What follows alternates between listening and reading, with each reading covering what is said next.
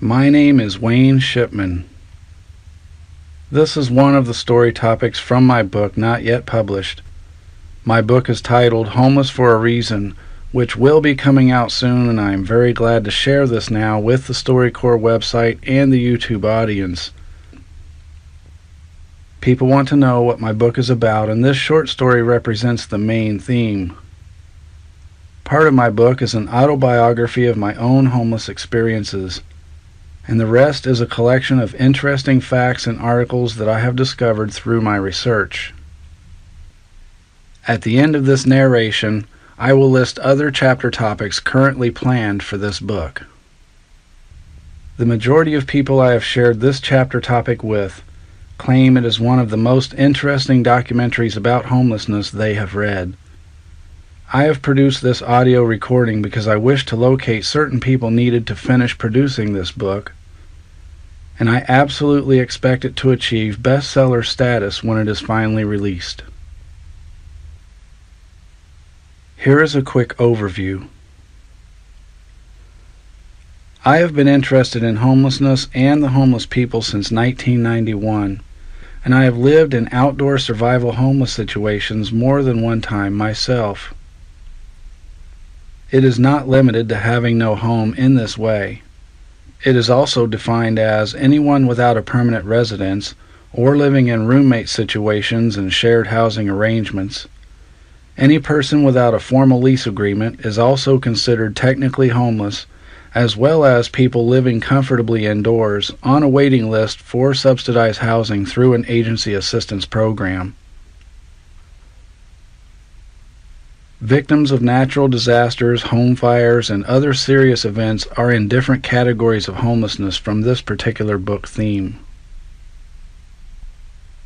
I have realized that homelessness and poverty is something unfortunate that a surprising percentage of people do experience.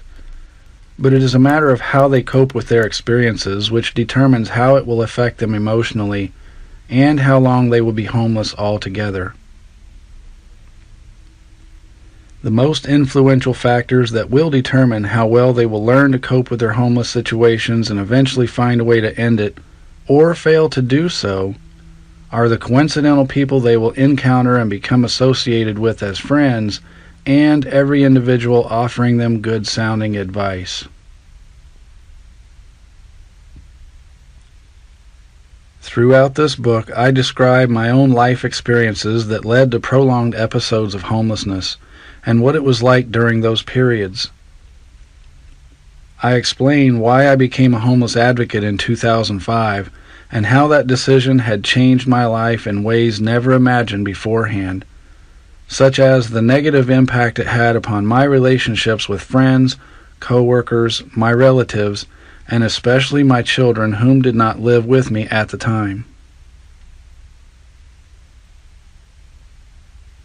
The most important things I have learned by experiencing homelessness and being an advocate are the main reasons for producing such a book, in hopes that it may serve as a form of warning about the realities of living outdoors in this way, the real-life struggles homeless people face on a daily basis, and the universal social reactions people have towards them.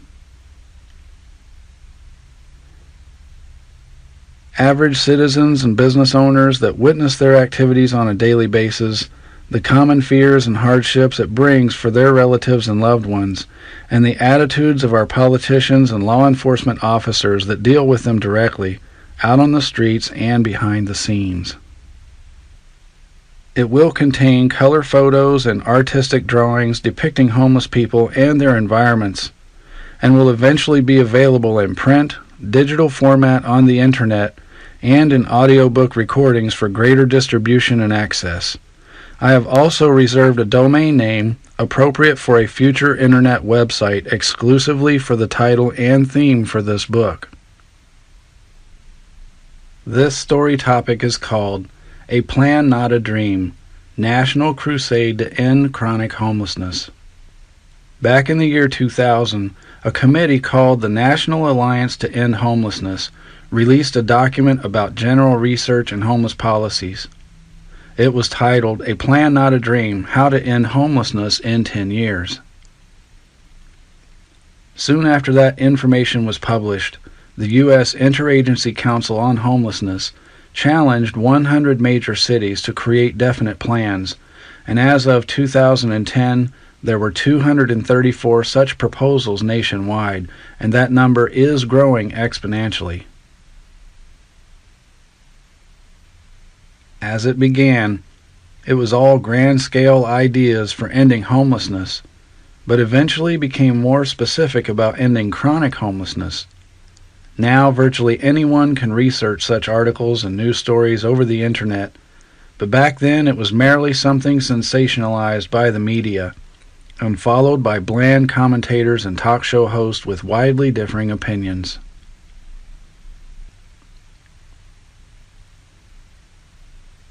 When I first learned about this so-called 10-year plan concept in 2004 and 2005, the newspapers were buzzing with such phrases as "real change, not spare change," "homeless in the heart of the city," "growing concerns in the suburbs," "homeless count staggering numbers," "homeless not hopeless," and more recently, "climate change, not spare change." It is important to understand that chronic homelessness is when the experience is extended for very long periods of time or frequently repeated situations of homelessness. It is easier to identify chronically homeless people, and it has been determined to be a greater crisis in homelessness because it then becomes a person's way of life and even more difficult to achieve rehabilitation. Emergency relief has traditionally remained in the hands of the governments, churches, and foundations of charity throughout the ages, but the recent 10-year plan to end chronic homelessness is more like a loud and constant bugle horn being sounded for everyone, homeless or not. It carries the burden to every economic class of citizen, business person, city official, and to each homeless soul, whether or not they realize they are now the permanent center of public attention. I may never have a different attitude that there is as much responsibility for the homeless to do their part per individual as it will ever be for everyone else in our society. This concept had more than one aim for the general public to catch on to. A realization period would soon cause a spontaneous and much-needed reaction from both the homeless and everyone else. In a nutshell, there will eventually be many new resources available for the human poor to experience a better quality of life, but not without conditions requiring their involvement. And by making such a universal challenge publicly recognized as a national trend, it systematically enlists the help and involvement of any person that may have contact with homeless people in any way. Of course, there will soon be more housing and other related services, but there will also be so much information freely given away about becoming self-sufficient that they would literally have to refuse participation in such programs if they only wish to remain homeless indefinitely. I describe this condition within my book as happily homeless ever after. The full scope of this concept about ending homelessness was originally labeled more as a dreamy utopia of imagining cities without poverty than something actually possible in reality, because it includes a very wide range of things for consideration, and it goes far beyond the moral duties of providing for the city's poor.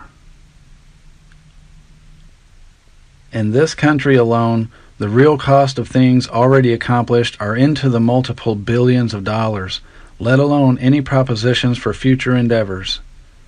Now, our major cities are holding public forum discussions about the original concept and the estimated progress since then. These conversations typically lean toward the fact that such minimal results are being reported that their efforts seem mostly ineffective, and in many respects, the concept is still referred to as a dreamy utopia more than something reasonably possible.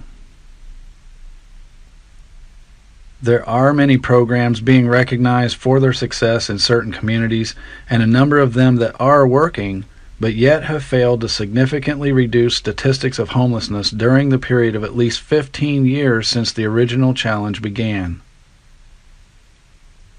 Another phenomenon has emerged spontaneously by the invention of new public assistance programs, including the benefit of receiving low-income and subsidized housing, which is the unforeseen temptation for working people who are earning meager wages to leave the rigid demands of their employers for the want of an easier way to secure their basic needs, including a comfortable home.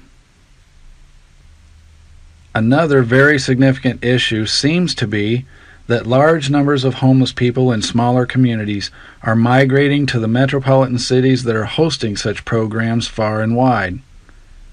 This tends to overwhelm the existing agency programs because they were originally designed for fewer recipients, and now the ongoing dilemma is to invent a system of true fairness for deciding who may qualify in order of preference by these agencies, because current homeless residents are assigned a place in waiting for services alongside with traveling vagrants from every imaginable town or city in America.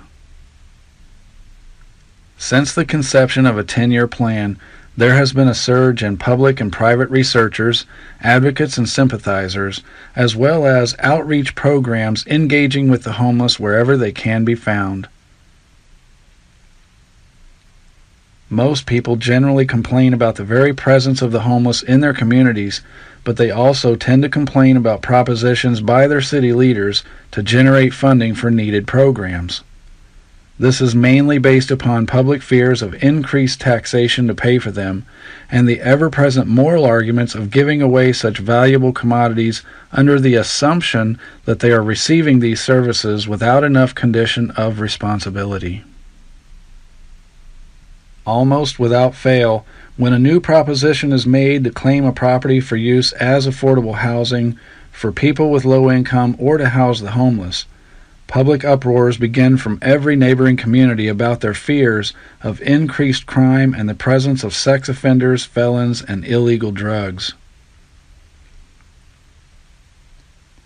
One of the greatest challenges for law enforcement and people living in such nearby communities is that there is no way to rightfully know the identities of such homeless strangers and if they are truly a threat to public safety merely by having a public presence nearby. As I became more personally involved in current events concerning homelessness, when I lived in the heart of downtown Portland, Oregon in 2004, I later decided to become a homeless advocate in 2005. One of the very first real-life lessons I learned by attending some of the public debates and discussions at City Hall was that not very many homeless sympathizers were in attendance to oppose decisions in debate that actually criminalized common behaviors of the homeless people. One of the hallmarks in homelessness is that people generally feel and act as if they are victimized by lawmakers and police, and as I have witnessed many times, they most certainly are. But it does not mean they are victimized by every passing police officer or that every city mayor is trying to incarcerate them just for being homeless. But generally speaking, lawmakers believe they must respond with new laws to enforce public safety for everyone, regardless of circumstance or social class, although it is usually the homeless people affected by such new laws and not so much everyone else. There is no reasonable excuse for them to criminalize their behaviors only because the homeless people are considered an eyesore to the general public. What I realized within a very short period of time when I was homeless and living outdoors is the feeling of being victimized by something or someone was more often a form of emotional pain or the frustration for the fact of being in that situation and feeling helpless to do something about it. Most large cities aggressively target the homeless with regulations and laws, and there is not very much opposition in their defense, even in the case of their obvious innocence. This act of labeling their activities is universally called criminalization, and it has more to do with their physical presence in public areas more than any sort of specific criminal behaviors.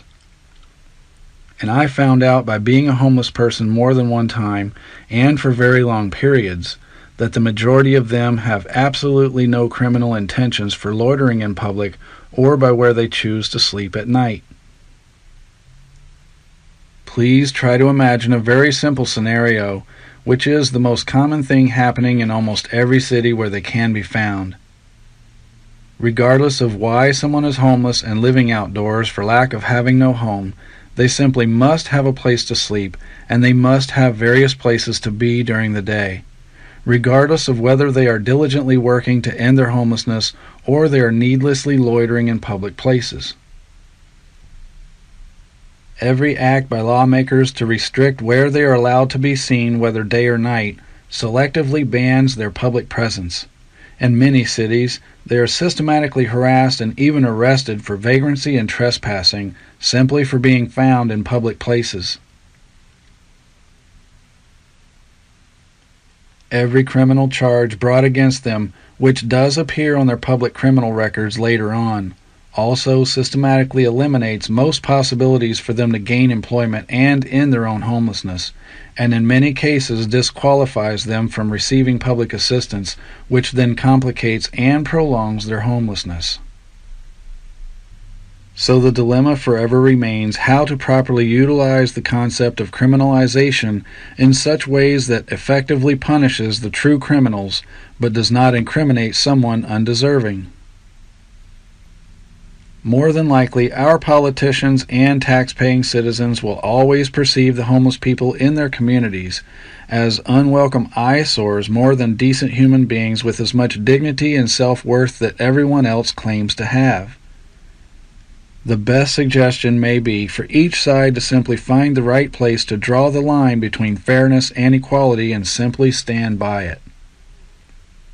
It should be very simple to identify every decision that punishes or shamefully degrades any person just for being homeless and then refuse to make it a law.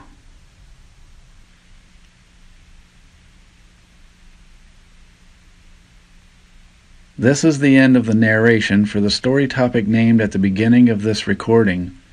Now I will list the other chapter titles and story topics as I have planned for the completion of my book. Chapter 1. A Stranger Became a Friend. A Homeless Man Named Pat. 8 pages. Chapter 2. A Plan Not a Dream. National Crusade to End Chronic Homelessness. 16 pages. This manuscript version is different than the short story read during this audio recording.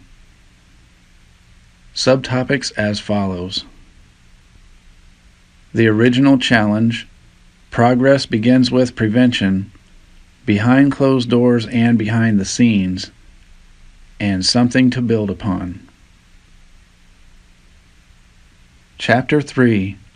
My American Dream Traded In for a Pair of Muddy Boots. 18 pages. Subtopics as follows. Over the hill and through the woods. The kind of freedom I never imagined as a boy. I found the bottom I was looking for, and just like old times but with a new twist. Chapter 4. Please cut to the chase, just explain why they are out there. 21 pages. Subtopics as follows. Every homeless situation is very unique. Why do I think I know so much? Personal ambition is just not enough. Rock bottom is much deeper than just being homeless. A formal shout out to the average person on the streets. A formal shout out to the rest of the working world, and a formal shout out from a dark alley. Chapter 5. It's a free country. This land is your land. This land is my land. 17 pages. Subtopics as follows. See my sign, now pay me, please. See my hand, give me money. A beggar's reputation. I don't want new clothes. See my dog, have pity on me. See me homeless, give me a home, and waiting for the world to change. Chapter 6. The Homeless Advocate. My grass was very muddy on the other side. 21 pages. Subtopics as follows. Empathy versus sympathy. Homeless, not helpless. A marketplace for the advocate I had become. The most important lessons I learned as an advocate as follows. Number 1. Answer the question, why are you doing this? Number 2. Understand and explain the process of advocacy relating to your cause. Number 3. Identify exactly who and what you are advocating for by learning demographics. Number 4. Be prepared to accept responsibility for those being represented. Number 5. Know in advance that changing or creating laws is usually a very long process. And number 6. Research and pay close attention to how other advocates tend to succeed. Chapter 7. Life skills, just as important as food, clothing, and shelter. 24 pages. Subtopics as follows. Universal truths about life skills.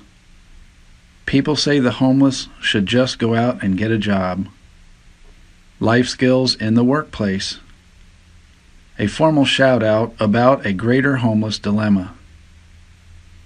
Personal willpower means the ability to make yourself take action and close that revolving door behind you.